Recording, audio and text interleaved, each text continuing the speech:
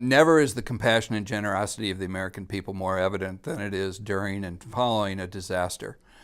However, what is the best way for you to participate in aiding survivors of a disaster?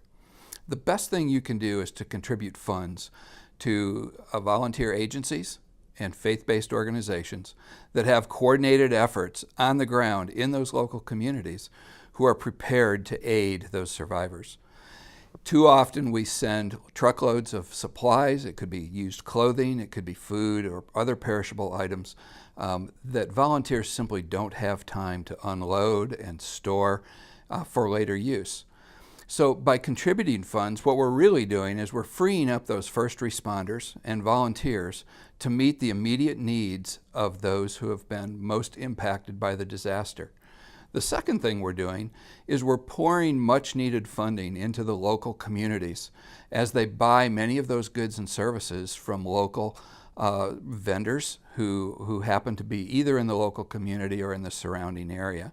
And those funds actually help businesses to recover more quickly, which helps the community recover more quickly.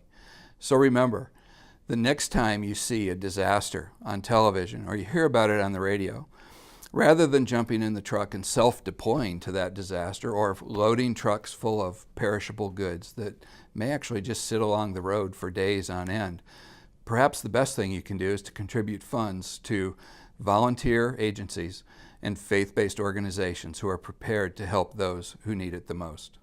Thank you.